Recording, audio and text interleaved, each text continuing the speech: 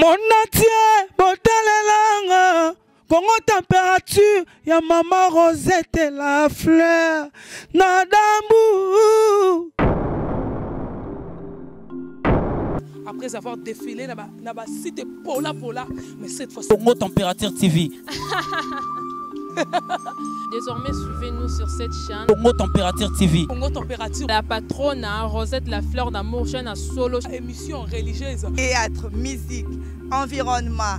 Bah, émission sportive. Émission politique, donc, nulle part ailleurs. www.congotempérature.com. Pour nous avoir information à temps réel.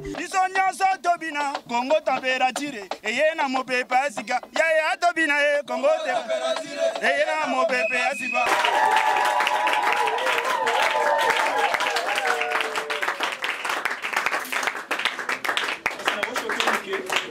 Vous comprenez, on a été. Vous savez,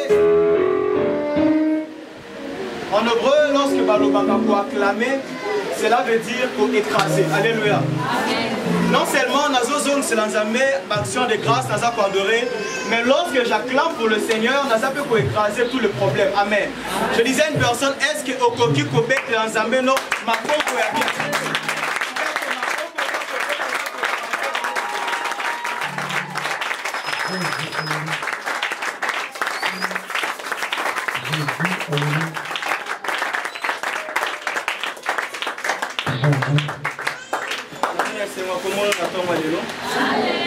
Est-ce que vous avez juste 3 personnes?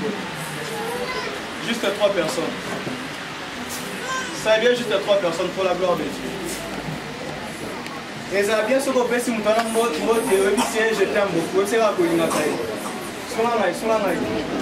Ça va permettre même cette colline à taille.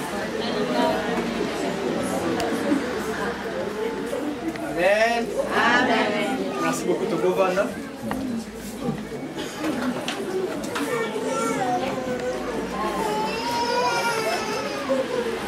Merci nous avons merci parce qu'à permettre l'honneur et la gloire ils ont la pakaye. Amen. Ceux qui nous amènent les gars qui ont fait notre comme on a des lotés. Ceux qui ont tout le monde les lots. Ils ont ma carte de sauter, mais ce n'est que pour sa gloire. Amen. Et on a pour ça la grâce. La sophie c'est le Saint-Esprit qu'on fait merci parce qu'à permettre que tu m'as auto coupe dans les lots. Amen. La peine c'est moi comme on a opé na mokolo les lots. Est-ce que vous avez un peu de temps qui n'a pas de vas-y, le bango. Peut-être que la bande pour tous en occasion dans le bango. Peut-être que c'est possible comme on a.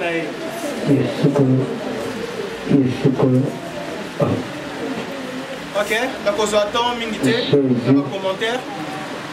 Nous avons toujours un mot très important. Je disais, nous avons exploité un mot très important. Et terme la maturité spirituelle. Alléluia. Amen. Alors, qui n'a pas l'effort, on a saisi ça. Enseignement sur la maturité spirituelle. Autrement dit, la Bokolia, Yamolimo, on parlait sur la maturité spirituelle. Tout le monde qui la maturité spirituelle, les athées que lorsque vous avez organisation, vous allez 20 ans, 10 ans, dans ma communauté, vous atteindre la maturité spirituelle. Alléluia. La maturité spirituelle, et vous allez remarquer lorsque vous avez la maîtrise dans ma communauté. Amen. Il y a certaines personnes, bah, ça a 20 ans, 10 ans dans ma communauté, maintenant nous avons une maîtrise. Dans nous Bambouma ya maturité va se manifester. Lorsque vous avez la famille mature spirituelle, il faut que tout le monde a des fruits, tout le monde a bambouma ya maturité. Alléluia. Et ça, le col soit mbouma, un grain. Lorsque vous avez colonne dans la belé, vous avez mbouma atteindre la maturité. Lorsque vous avez des fruits. Amen. C'est pareil avec toi. On recevoir l'Ulobananzambe et cette parole, et c'est le la grain, et c'est le la sémence, mais les gens, le monde va remarquer qu'ils vont atteindre la maturité spirituelle lorsque vous avez l'Ulobana et bandi kobota bambouma. Amen. Souhait dans Zambé, c'est tout ça bébé, mais souhait dans Zambé, c'est tout spirituellement. Alléluia. Est-ce que vous comprenez? Je disais, souhait dans Zambé, c'est tout ça bébé, mais souhait dans Zambé, c'est tout la paix spirituellement.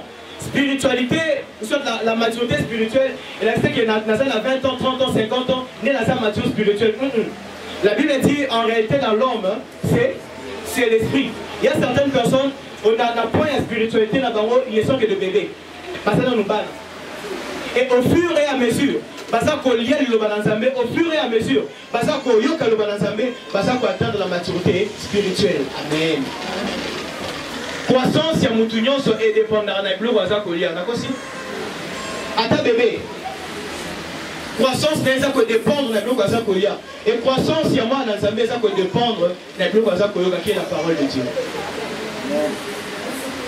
Le ban de connaître, c'est le balanzambe. Est-ce que vous souvent le ban de connaître, le balanzambe? Et sur ce, comment qui n'a pas encore de manière sur le signe de la maturité. Tu le qui l'amour, tu le qui bolimo, qui prépare le signe de maturité spirituelle, tu le qui sur le contentement, parmi le signe de la maturité spirituelle, tu le qui paie la stabilité spirituelle, puis tu le qui n'a pas encore qui est très important, l'humilité. Amen. L'humilité. Qui dit ça? Philippiens chapitre 2, le verset 8. Philippiens chapitre 2, le verset 8.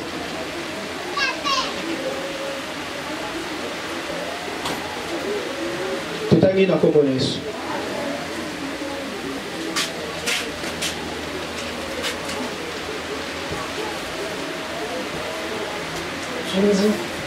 Je disais Philippiens chapitre 2. Philippiens chapitre 2, le verset 8. Tout à l'heure dans Commonais.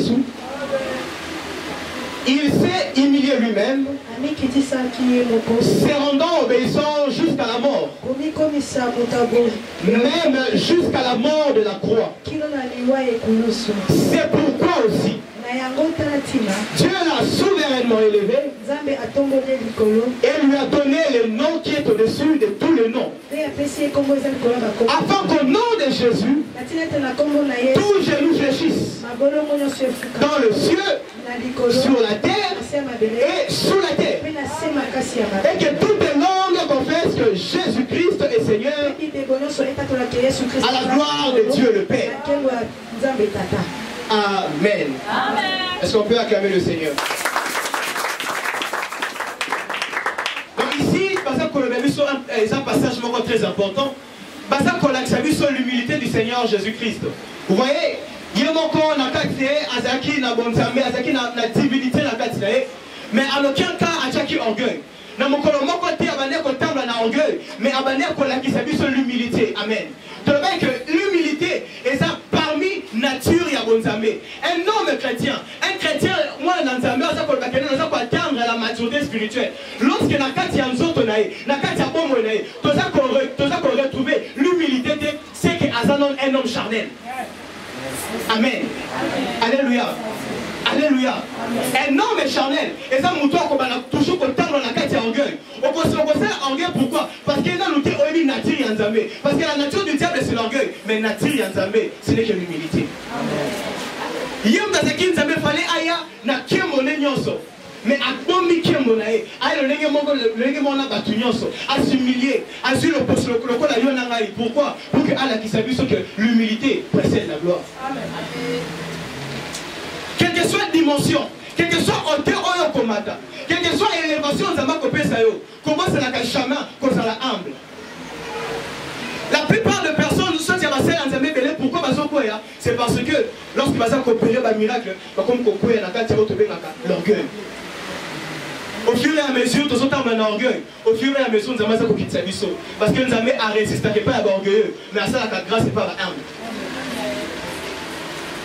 Vous avez aussi atteindre une gloire. Tambola juste la humilité. Vous avez aussi ami de Dieu. Tambola juste la humilité. Vous avez aussi de grandes choses avec le Seigneur. Tambola juste la cassia humilité.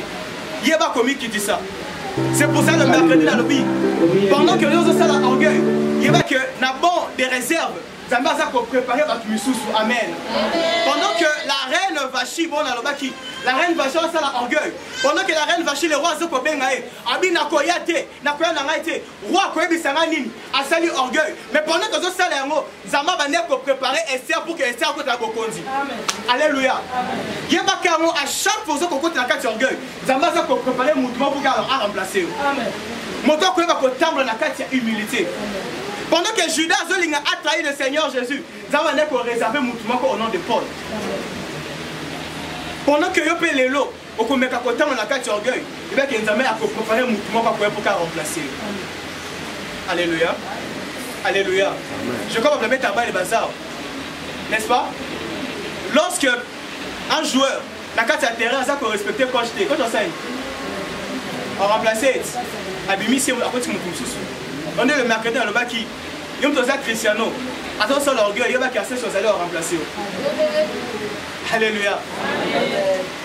C'est pourquoi ça ne sert à rien. Dieu n'a pas totalement la carte orgueil. Ça ne sert à rien. Dieu n'a pas totalement tout ma péga. Parce que Eloko aujourd'hui, mais le blanc toujours que Eloko nous amène à taper Singayango. Et ça dans ma case n'a été. Pour ceux qui dans ma case n'a pas n'a pas à niveau, mais sur la comité, ce n'est que Dieu. Ce n'est que la grâce de Dieu. Alléluia. Donc on a conseillé mon tout mon corps. Tellement la carte il y a commis quitter ça. Tellement la carte humilité. À ce moment-là, au moment où on a la carte à bon. Est-ce qu'on peut accaber pour le Seigneur? Je disais, est-ce qu'on peut accaber pour le Seigneur?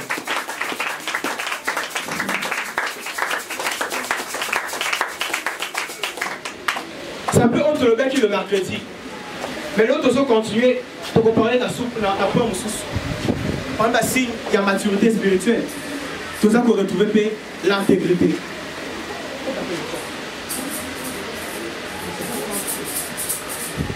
Amen.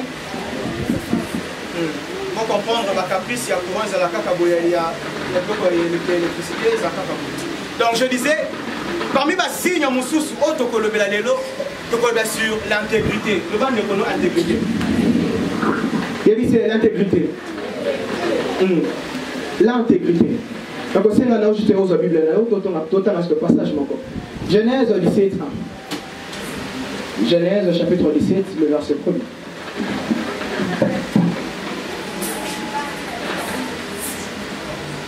Genèse chapitre 17, le verset 1. Bible Zakoloba.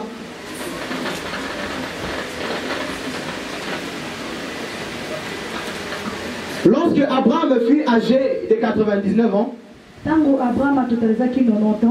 l'Éternel apparut à Abraham et lui dit, je suis le Dieu Tout-Puissant. Marche devant ma face et sois intègre.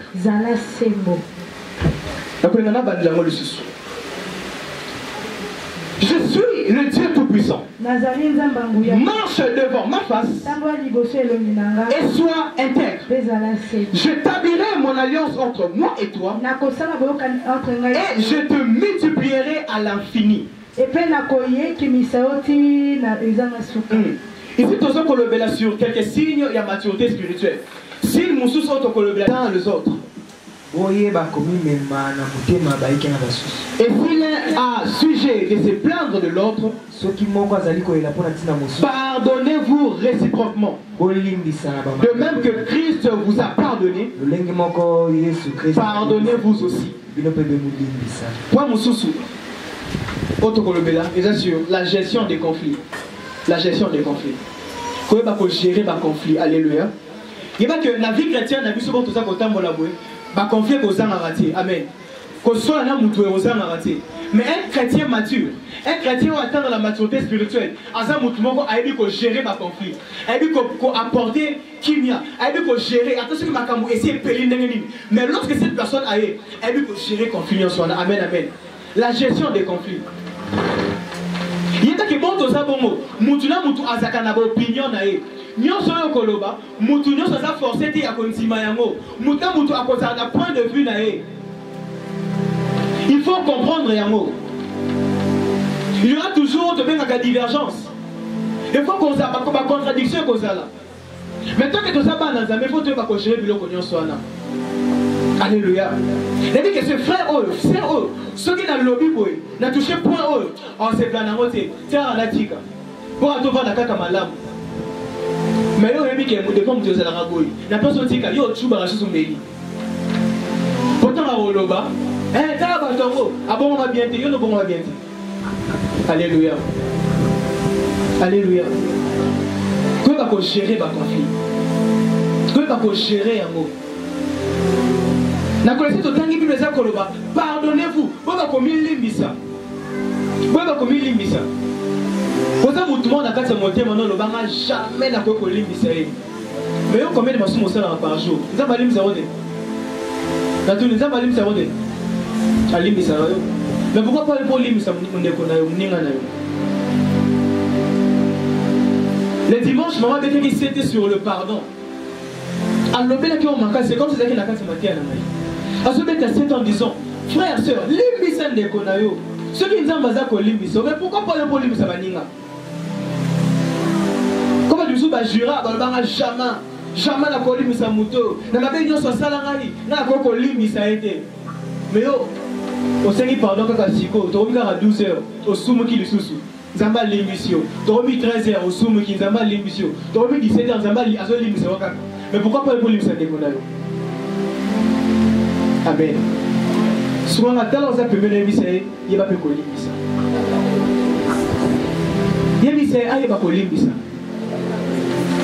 C'est très important. Il n'y a pas de colis. Quand ça va du sous, ça monte ma, quand tu libères bien, quand tu coffres bien. Les deux sont bien à monter ma nanengeni. Parce que tellement monter ma casse, c'est quand la moto c'est quand ma belle moukier. À quoi rappeler ma belle nion sorti à 1990. Yo ça la kanga boye. Donc si na bosse na limbisa, kasi na bosse na. C'est au limbisa tiens. Même si on va faire verser na bango. Moi boye bien. Ko limbisa. Et ça on bosse na té, bah ça verser non, c'est écrit wapi. J'étais choqué. Mon moi ça qu'on tika. Quand on nous a même à le mettre dans ma commune ko limbisa ko bosse na té yo. Passage ni frère, passage ni sœur. Les amis de ma soeur, tu sais, passage là. Quand vous prenez la salle, non, limbi ça va être. Avant ça, battre, bien qu'il y a limbi ici. C'est quand on connaît ça, on a mouqué. Comment ça n'a été? Quand limbi ça, comment ça n'a été? Quand ça n'a pas commencé à l'enrayer. C'est qu'on limbi ça vient été. C'est qu'aux autres problèmes, on a au bon moment quelque part. Aux élèves, on monte mouqué pour voir ça, on va pour rappeler. Est-ce que Nzamba rappelle comme Abé au sein depuis 1900? Nzamba rappelle à Kao. Quand on soumit à 10 heures, on s'est dit pardon, Nzamba Bossani, on rappelle à monter. Mais on a ma casse côté pour rappeler. Amen. On a ma casse n'a point là. Pour rappeler ma souma baninga. Mouton a comprendre de la date. Ah, mouton ma soum. On est besoin comme mouton ça dans ma soum. Yo, comment ça mouton ma soum? Amen. D'accord, côté na bidé de mes bon la motema, c'est repentir. Côté na ma vie ma bête. Non seulement na ça côté yo, mais na ça comité a penga moko. Pour appeler ça nini na sumo kati. Mutuma taza juste à ma bidé. Biso nyo to sumo kaka na point moko boy. Mais tu vas bosser dans ta pardon. Amen. Je crois que vie prière il y a notre Père. Et ça par récitation. De restaurant avec Codim, notre Père qui est aussi et tout ça. Tu es bien mot? Tu es bien mot? Quelque part, pardonne-nous, non? Pardonne-nous nos offenses, comme nous pardonnons aussi à ceux qui nous ont offensés. Nous avons limité biso, le légué biso de sa ligne. Tu limité sa baninga. Surtout quand on a la prière, on a moins qui est sa hérésie. Paul Banzam est limité sa le légué n'a limité sa, est-ce que tu limité ça? Dans la case, est-ce que réellement il y a du limité? Dans la carte de vie, est-ce qu'il y a eu des missions? Nous avons bossé à la beauté au bout. Nous avons bossé pour réveiller un peu qui beau Christ là où il a l'acquis. C'est bien qu'il m'a estimé la gloire, qu'on a la gloire. Mais est-ce que ceux qui veulent les exalter? Est-ce que la gloire est pour nous? Alléluia. Il faut tout le cas fondement solide. Nous avons bossé à côté de ce qu'on a. Amen. Nous avons bossé pour réveiller de conscience. Nous avons dit que nous sommes chrétiens. vie dans il faut un exemple. Il faut un exemplaire partout. Il faut un porteur de lumière. Même ma lumière, même ma pour le musique à nous. Que va gérer le conflit. Que va gérer le conflit. Les points sur la zone c'est limité. Que va gérer le conflit. Parce qu'il y a du problème les alliés, mais il va gérer. Des fois, quand on est dans le baka, musique puis bateau bazali, pas problème hein. Les gens arrêtés. Tu vois qu'il va problème aux alliés. Mais tant que va dans Zambé, Dieu va gérer le problème wana. Et le kamuki et kabola rabisoté, alléluia. Et le kamuki et kabola na voisin na yote. Dans la yébi c'est le comment roter au kabola maïna.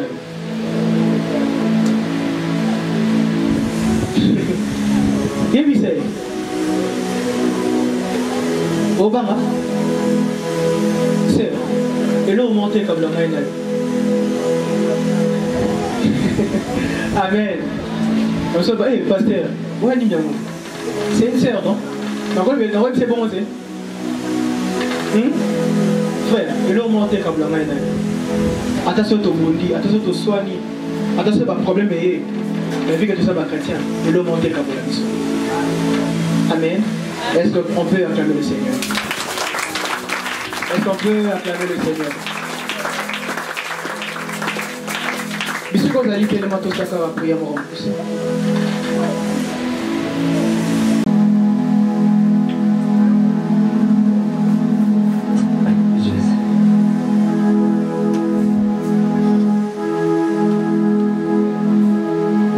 Ceux qui vont construire la mission juste dans le pour encore communiquer.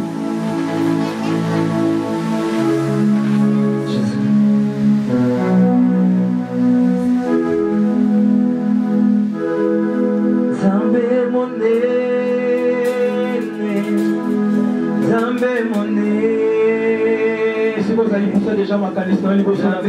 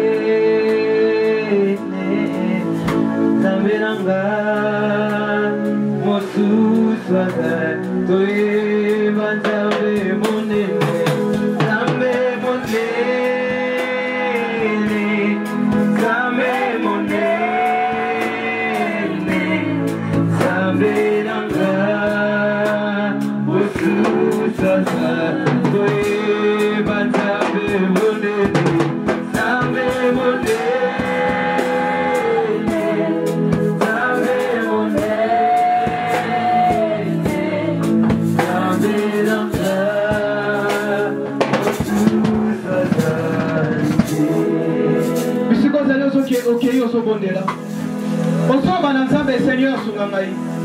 Jamais Sungangaï là, ça a vraiment mon Christ, comment pour attendre à maturité. Nous allons jamais que mon livre l'a aidé à Kambayo. Ça m'a fait son makasi. Ne va pas nous autres tangi le mal jamais. Yo Sungangaï. Bambouma mon livre m'a sorti de la Katinangaï. N'a ça la moto moko intègre. N'a ça la moto moko juste. N'a ça la moto moko droit. Attention qu'on pas molingaï. Attention qu'on peut molingaï. Attention qu'on peut singaï belé zambe. N'a ça mo sika na ote. On soit dans zambe Seigneur. Attends limoti. Attends china. Mon natie botalelanga. Congo température, ya maman Rosette la fleur, Nadambu.